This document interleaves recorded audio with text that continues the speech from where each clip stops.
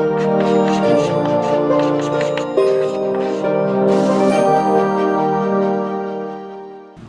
Friends, आज हम लोग अपना जो सीरीज स्टार्ट कर रहे हैं ये है ऑब्जेक्टिव टाइप क्वेश्चंस की, जिनको हम लोग मल्टीपल चॉइस क्वेश्चंस भी बोलते हैं, हिंदी में बोलते हैं बहुविकल्पी प्रश्न। बहुत ही ज़्यादा महत्वपूर्ण है। क्यों महत्वपूर्ण है? कई बार कॉन्सेप्चुअल अंडरस्टैंडिंग भी यहाँ से चेक हो जाती है, और board examination point of view से झारखंड में 40 नंबर के मल्टीपल चॉइस क्वेश्चंस आते हैं। ठीक है, बाकी बोर्ड्स में भी आते हैं, और कई बार बाकी जगह पर जो लघु उत्तरीय आते हैं वो भी इसी से निकल करके आ जाता है। तो इसीलिए इसको हम लोग एक करके अच्छे से समझेंगे। तो चलिए स्टार्ट करते हैं। इस सीरीज में आप लोगों को काफ़ी ज़्यादा उम्मीद है कि board examination point of view से काफ़ी सारी चीज़ें आपको समझ में भी आ जाएंगी और आपकी प्रिपरेशन हो जाएगी। और हम लोगों ने यहाँ पर डेफिनेटली जानबूझ करके आंसर्स नहीं लिखे हुए हैं, जिससे कि आप लोग खुद से भी प्रैक्टिस करते जाएं पैरेलली।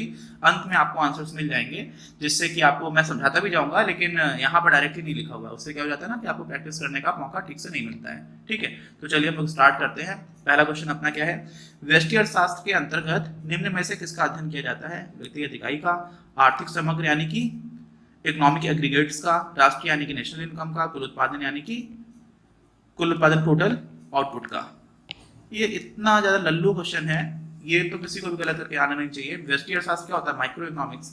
ठीक है, क्या होता है व्यष्टि? माइक्रो। माइक्रो में क्या होता है? हम एक एक इकाई की बात करते हैं। तो निश्चित रूप से जो हमारा क्वेश्चन सही है वो क्या हो गया? क्वेश्चन का आंसर जो सही है वो क्या हो गया? व्यक्तिगत इकाई। ठीक है, अच्छा अगले प्रश्न में चलते हैं। आर्थिक विश्लेषण में व्यष्टि और समष्टि इन शब्दों का प्रयोग सर्वप्रथम किसने किया? ये थोड़ा सा इस तरह के जो क्वेश्चंस होते हैं ना, वो जिसने याद किया हुआ है उसी को याद रहता है ना, या तो जिन्होंने बहुत ज्यादा दिन तक इकोनॉमिक्स को पढ़ा है, तो बहुत सारे इकोनॉमिक्स को वो पढ़ लेते हैं और फिर उनको नाम याद बना रहता है। तो इस तरह के क्वेश्चंस बहुत अच्छे नहीं मानता हूं मैं, क्योंकि इसमें विषय की आपकी कोई विषय की समझ की परख नहीं है। बस इकोनॉमिक्स जो है वो तरह का रटने वाला काम है। तो इस लेवल पर मैं इसको बहुत अच्छा नहीं मानता, बट ऐसे क्वेश्चंस आ जाते हैं। तो इसमें कंफ्यूजन कहाँ कहाँ हो सकता है? कुछ लोग ये समझ सकते हैं कि जो कीन्स थे ना, सबको मालूम है कि उन्होंने ही मैक्रो इकोनॉमिक्स का फादर एक तरह से उनको बोला जाता है। ठीक है, तो लोग सोचते हैं यार कि उसके पहले तो एक तरह से मैक्रो इकोनॉमिक्स प्रॉपर्ली थी ही नहीं, यानी कि समष्टि हुआ ही नहीं करता था। तो क्या कीन्स थे जिन्होंने पहली बार ऐसा प्रयोग किया? तो यहाँ पर आप समझिएगा, ये एक्चुअली रैगनार हम लोग लिखते हैं इनको इंग्लिश में। तो क्या होता है? रैगनार फ्रिश। ये एक नॉर्वे के एक इकोनॉमिस्ट हुआ करते थे, जिन्होंने सबसे पहली बार माइक्रो और मैक्रो इन शब्द का प्रयोग किया था। तो इनका ही ये वाला उत्तर ठीक हो जाएगा। बाकी तो इसमें कोई कंफ्यूजन नहीं था। आपके जो एडम के साथ है वो आपको मालूम है, फादर ऑफ इकोनॉमिक्स को जाता है। उन्होंने उस टाइम पर माइक्रो और मैक्रो का कोई डिवीजन की बात थी ही नहीं। अगले प्रश्न पे चलते हैं। समष्टि अर्थशास्त्र किससे संबंधित है? जैसा पहला लल्लू क्वेश्चन था वैसा ये भी लल्लू क्वेश्चन है। लल्लू प्रश्न में क्या पूछा गया? समष्टि ये भाई समष्टि में सामूहिक इकाइयों से होगा, ये तो दिख ही जा रहा है। व्यक्तिगत से तो नहीं होगा, ये तो काट ही दीजिए। व्यक्तिगत उत्पादन से नहीं होगा, सरकारी उत्पादन से। अब सरकारी उत्पादन भी समग्र नहीं होता है। समग्र में समझ रहे हैं?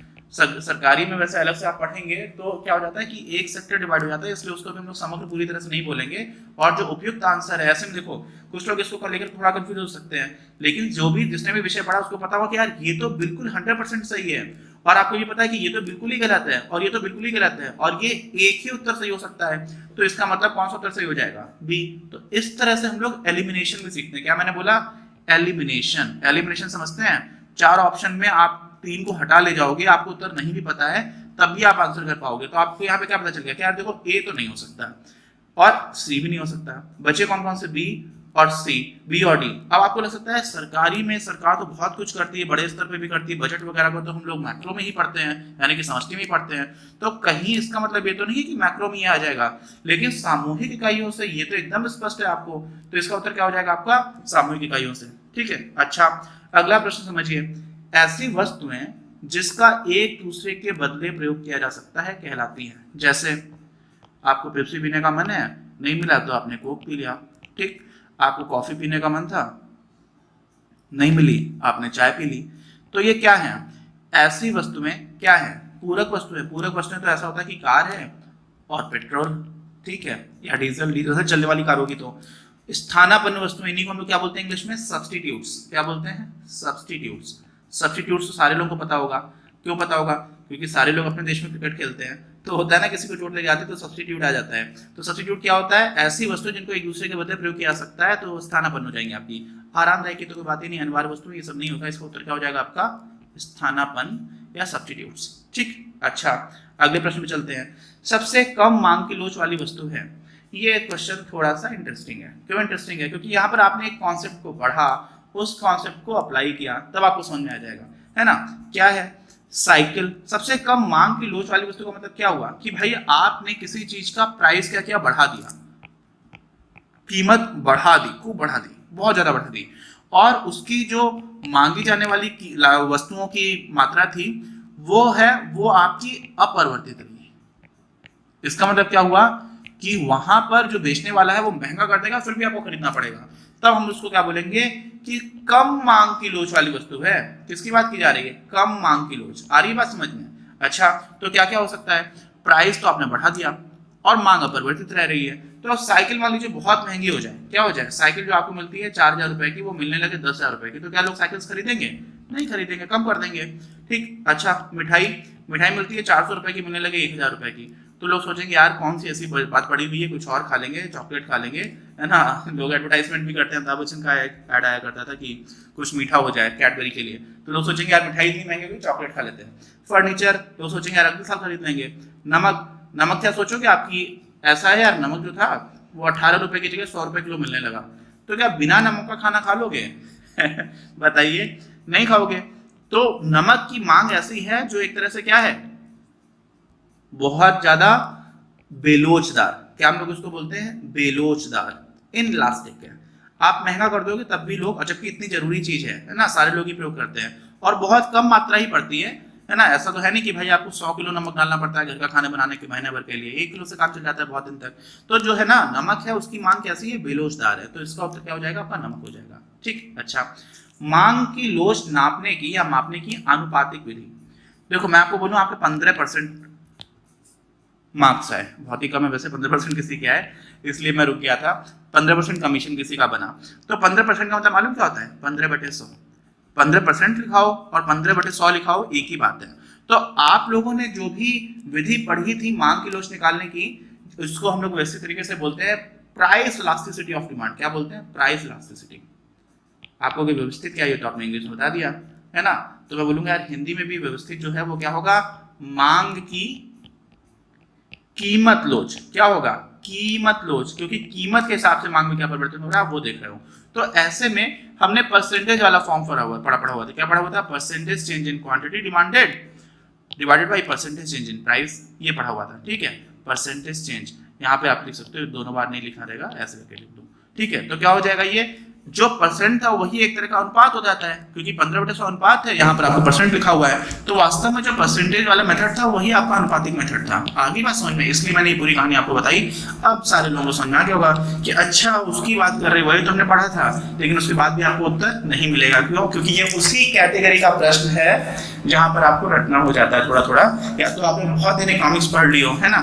तो क्या होता है, प्रोफेसर मार्शल थे, इन्होंने 2 तरह से टोटल निकालने की कोशिश की थी। तो एक होता था टोटल आउटले मेथड, इनका हुआ करता है, और एक पॉइंट फॉर्म होता है, पॉइंट, ठीक है, पॉइंट फॉर्मूला फॉर इलास्टिसिटी, ऐसे निकाले करते हैं। तो ये दोनों किसके थे? मार्शल के थे। लेकिन ये अनुपातिक तो है नहीं, अनुपातिक हम लोग क्या बोलते हैं? परसेंटेज वाला, और वो काम किया था प्रोफेसर फ्लक्स ने। ठीक है, तो इसको आप रट ही लो यार, नोट कर लो। ये ऐसे 10-12 क्वेश्चन होंगे, सब मिला के 20 बनेंगे, जिसमें आपको रटने टाइप का काम करना पड़ेगा, और उसके बाद की चीजें नहीं आएंगी। इसलिए हम लोगों ने जानबूझ के इसको कवर किया हुआ, क्योंकि जब भी मैंने सब्जेक्ट पढ़ाया उसमें इस तरह के क्वेश्चन को कवर नहीं करता था। ये तो रटने वाली चीज है। जहां पर कॉन्सेप्चुअल अंडरस्टैंडिंग की बात आती है, वो आपको वीडियोस देख करके बिल्कुल भी दिक्कत नहीं होगी। और इसीलिए आप जितने भी लोग हैं उन सारे लोगों का काफी पॉजिटिव फीडबैक इन सारी चीजों को लेकर मिला है, और मेरा भी वहाँ पर कॉन्फिडेंस है कि आपको दिक्कत नहीं आएगी। चलिए खैर आगे बढ़ते हैं। उपयोगिता का गुण क्या है? उपयोगिता क्या होती है? यूटिलिटी, है ना। अच्छा, ध्यान से समझिएगा। एक उत्पाद से दूसरे उत्पाद के लिए अलग अलग होती है। आपको बैटरी और क्रिकेट बैट, इन दोनों की उपयोगिता आपके लिए सेम है क्या? नहीं है। तो ये बात तो सही हो गई। दूसरा क्या है? एक समय से दूसरे समय में बदलती है। कूलर है, मेरे पास क्या है? कूलर। सर्दी में भी बैठा हुआ कूलर चला रहा हूँ और गर्मी में भी चला रहा हूँ, तो तुम लोग बोलेंगे पागल हो गया ये। क्यों? क्योंकि कूलर की उपयोगिता गर्मी में अधिक है, सर्दी में कम है। तो एक ही चीज की उपयोगिता क्या हुआ? अलग अलग समय पर बदल गई, यानी कि ये बात भी सही है। अब जब दो सही हो जाए तो क्या हो सकता है, एक ही ऑप्शन सही होना चाहिए, लेकिन दो सही हो जाए तो एक ऑप्शन ऐसा कुछ दिया हो सकता है उपयुक्त सभी, तो आपको समझ आ जाएगा कि आंसर यही होगा। आपको सी नहीं देखोगे तब भी चल जाएगा, है ना। जब टाइम कम हो तो इस तरह की चीजें की जा सकती है, लेकिन हम लोग तो अभी व्यवस्थित तरीके से देख रहे हैं, तो सी ऑप्शन को भी देख लेते हैं। सी क्या है, एक व्यक्ति से दूसरे व्यक्ति के लिए बदलती है, बिल्कुल सही है। कूलर हो सकता है कि मेरे लिए बहुत ज्यादा इंपॉर्टेंट है, आपके लिए उतना इंपॉर्टेंट नहीं है। आपके लिए क्या है, आपको लगता है कि नहीं कॉफी बहुत ज्यादा इंपॉर्टेंट है आपके लिए, और मेरे लिए उतनी इंपॉर्टेंट नहीं है, ठीक है। तो अलग अलग व्यक्तियों के लिए अलग अलग वस्तुओं की अलग अलग उपयोगिता होती है, इसका मतलब ये तीनों ही ऑप्शंस ठीक है, और इसीलिए उपयुक्त सभी इसका उत्तर हो जाएगा। फिर आता है एक तटस्थता वक्र। तटस्थता वक्र हम लोग क्या बोला करते थे अभी तक इंग्लिश में, इंडिफरेंस कर्व्स, ठीक है। क्या है, एक तटस्थता वक्र का ढाल जो है वो कैसा होता है, बाएं से दाएं ओर घटता हुआ होता है। कैसा होता था यार तटस्थता वक्र, भूल गए हो क्या, है? देखो ऐसा कुछ हुआ करता था, ऐसा होता था, और जब हम लोग मानचित्र बनाते तो ऐसा बनाया करते थे कुछ कुछ, है ना। तो यहाँ पर मान लीजिए ये है, अब आपको ये पता है इधर है दायां और इधर क्या है बायां, ठीक। अच्छा, तो बाएं से दाएं, अब बाएं से दाएं जा रहे हैं, यानी कि इस साइड से आप इधर जा रहे हो, तभी तो बाएं से दाएं बोला जाएगा, क्योंकि आप पहले इधर थे फिर आप इधर जाने लगे। तो जब इधर से इधर जा रहे हैं तो हो क्या रहा है, तो देखिए ऐसे ऐसे करके आते आते आप इधर पहुंचते आ रहे हो। और जो ढाल है, क्या है, ढाल की बात की जा रही है, तो ढाल हम कैसे निकालेंगे। अब ढाल को ध्यान से समझिएगा, ये बहुत इंपॉर्टेंट है, बहुत लोग गलत करते हैं, इसलिए इसको फिर से समझ लीजिएगा ध्यान से। ये बनाया हम लोगों ने और ये बनाया, यहाँ पर कुछ ऐसा करवा गया, सॉरी यहाँ पे कुछ आपका ऐसा करवा गया।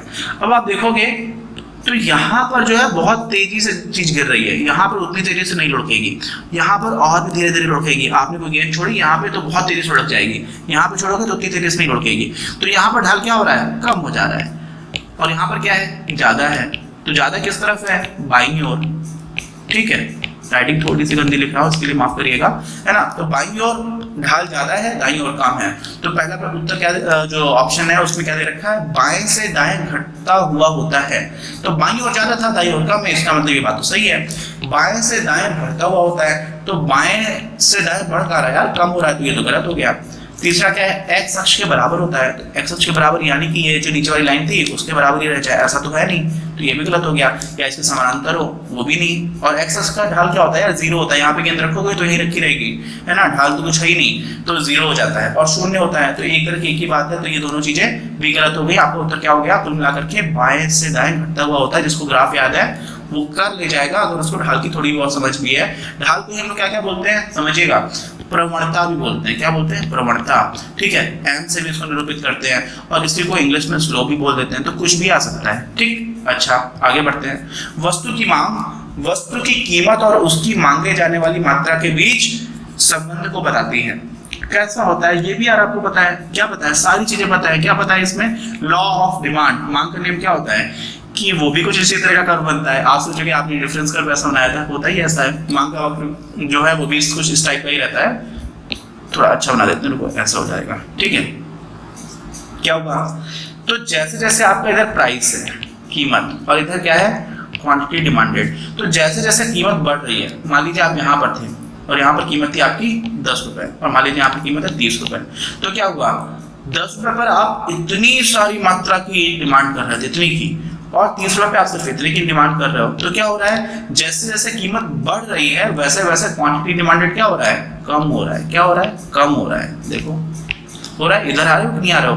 तो क्या हो जाता है कि प्राइस बढ़ेगा तो क्वांटिटी डिमांडेड यानी कि वस्तु की मांगे जाने वाली मात्रा, क्या मैंने बोला, मांगी जाने वाली मात्रा, इसके बीच जो है ना उल्टा संबंध होता है। उल्टे हम लोग अच्छी हिंदी में क्या बोलते हैं, प्रतिलोम।